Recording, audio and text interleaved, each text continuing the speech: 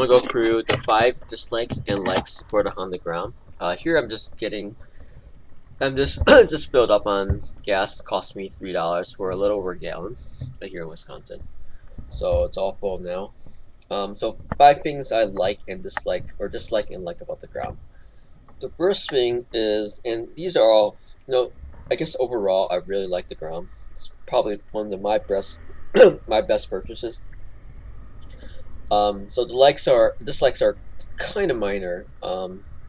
It's some things that you should be anticipating, at least some of them. The first thing I dislike about the Honda Grom is the stock mirrors. This is a $3,400 bike, $4,400 out the door, and the mirrors were practically useless. That really should not happen on a bike that costs $3,400, and that's essentially only 10 horsepower. So like, where is the money going, right? It's going into quality of the build and the parts. And to have mirrors that are just practically useless is Honda's kind of dropped the ball there a little bit. So that's one of them. The second thing is that there is no windshield on this bike. While obviously the bike does not go very fast, but when you're going like 55, 60 and you're into the wind, the wind does it does take the breath out of you, and it would be great to have a stock windshield, or something that's optional that you can buy right away.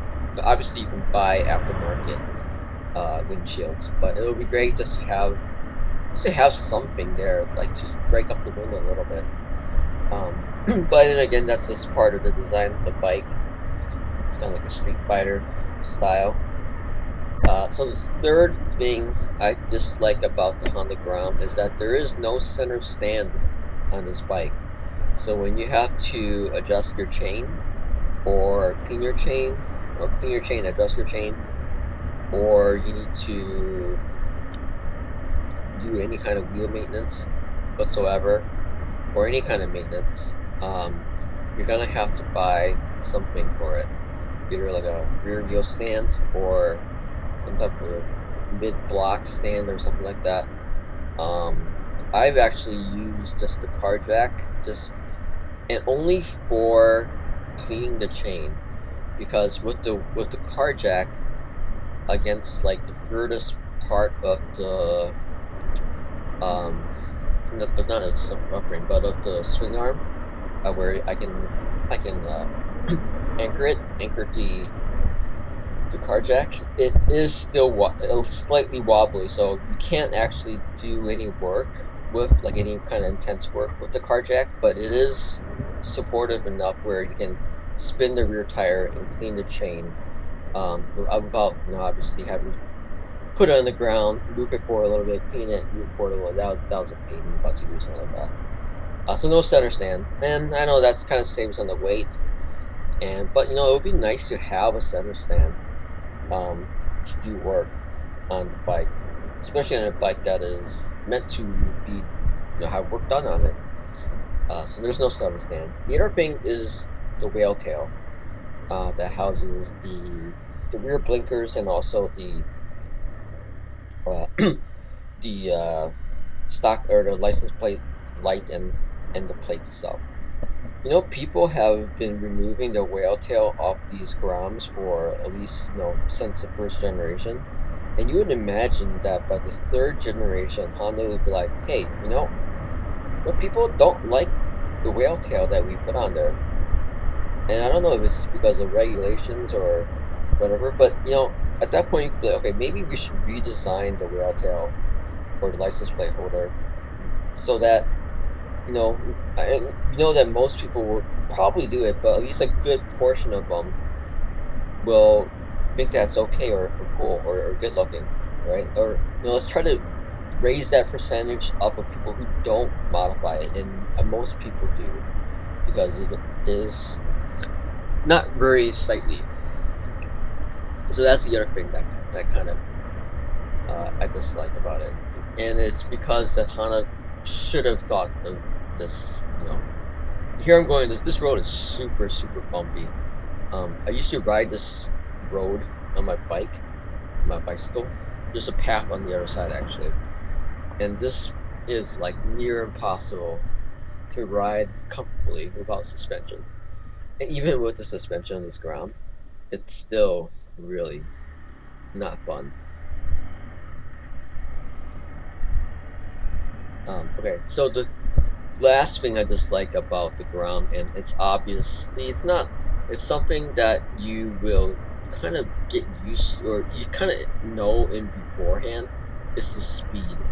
Um, and we really need at least an additional 10 miles per hour top end on the speed. And I think so. I think the nature or the origin of speed is that it's more designed for the Asian markets, where for the in European markets, where the top speed or the speed limits are a little bit slower. So the ground performs really well in all those situations. But here in the States, you have streets that are 50 miles per hour, 55 miles per hour, and 60 miles per hour speed limits. And these are not freeways, these are just regular streets. And this is where the Grom suffers, because the Grom top speed is 60 miles per hour, unless you go like full tuck MotoGP style. Um, and that's kind of disappointing. I actually thought when I bought it, I do believe it is zippier than the original Grom stock, in terms of speed and just like pull.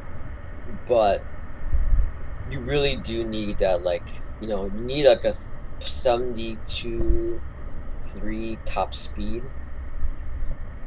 so that you can actually cruise at around 60 in a comfortable RPM, cruising RPM, where the engine isn't screaming like crazy.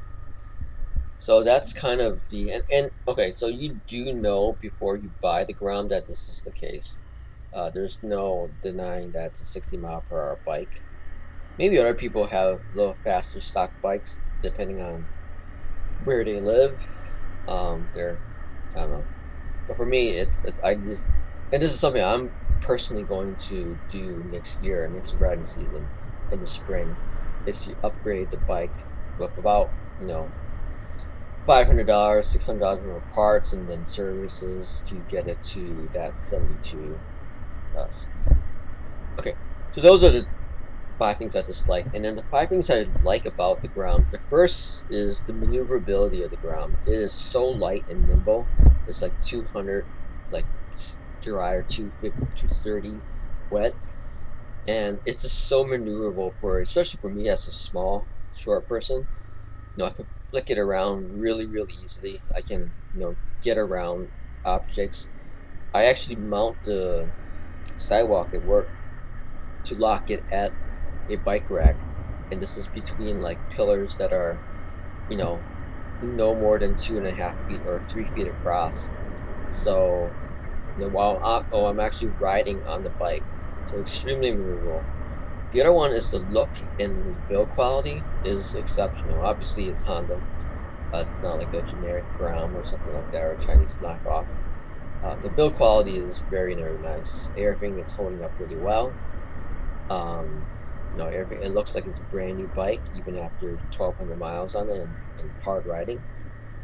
And yeah, and also the quality is so good that it catches people's eyes, right? It's not like faded or anything like that. It looks nice. There's quality in all the parts, and the shine, it catches people's eyes. And it's a really nice bike to look at. You don't look at it and be like, oh, this bike looks like shit, right? You're approaching to ride it. When I ride it, I'm like, wow, this is a nice looking ass bike. It's my bike. So that's one thing I really like. The other thing is that I like about it is it's tough. So as I mentioned before, I didn't crash it. I did low side it around 27 miles per hour, gravel on the road, and it has minimal, like $2 worth of damage to, or $3 worth of damage to the lights on the one of the blinker lights on the front end. So and I think they're meant to be down. I won't say they're meant to be down, but they're meant to be stunted a little bit and to be roughed up a little bit, because It's kind of like a Goonies, not ruckus, like a hooligan style type bike, right? And what do they do with it? They jump it off and stuff, jump it onto curves, drop it here and there, maybe even crash it here and there. So it's extremely, extremely tough. So, well, from my perspective, that is equivalent to crashing it and having like $5 worth of damage on it. The other thing I like about it is that as vain as it does catch a lot of attention. I've had multiple people come up and ask me about the bike. Their first question is obviously how many cc's is it, or how fast does it go? And it's fun to just talk to people about bikes and show them that this is the new bike. This is the new 2022 on the Grom, and it catches a lot of people, riders, and there's people with looks and stuff like that, and it's cool to be at the center of tension sometimes. I guess that could be a dislike for some people. So the last thing I like about the Honda Grom is the miles per gallon and also the commuting aspect of it for me. So this is definitely verified at 145. There's multiple 2022 Grom owners that said that they have 145. So it is definitely is 145 miles per gallon. So you can imagine that that is pretty huge. For most people, for me, it's about $10 worth of gas savings per week, right? And while that kind of adds up over time, so yeah, I really like that. And also, obviously, it makes your range on the bike a lot further. Um, so it's like probably like around like 150, like 150, 160, 170 before you're really really stretching it on a full tank.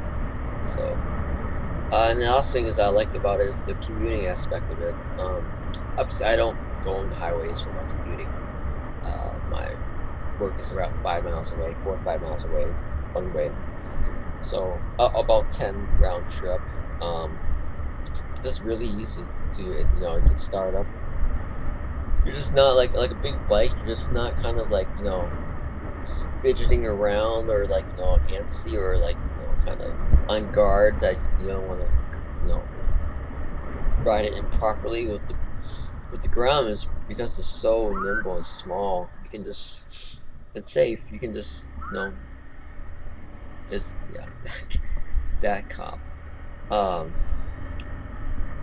you can just ride it around. Just go to work and not have to worry about anything about shifting correctly or being in the right gear or going too fast or whatever. Yeah, so those are the top five things I dislike and like about the Grom. As you can see, overall, it's just the dislikes are pretty minor or things that are known about it already. The other thing is that it's starting to get a little cold, guys.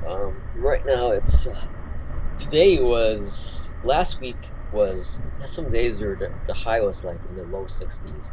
Today is actually a little cold. It's the highs in the mid 60s, but it's gonna warm back up to lower 70s next week, which isn't that much of a difference. But yeah, so it's getting a little bit difficult to ride, and I have my letters on now.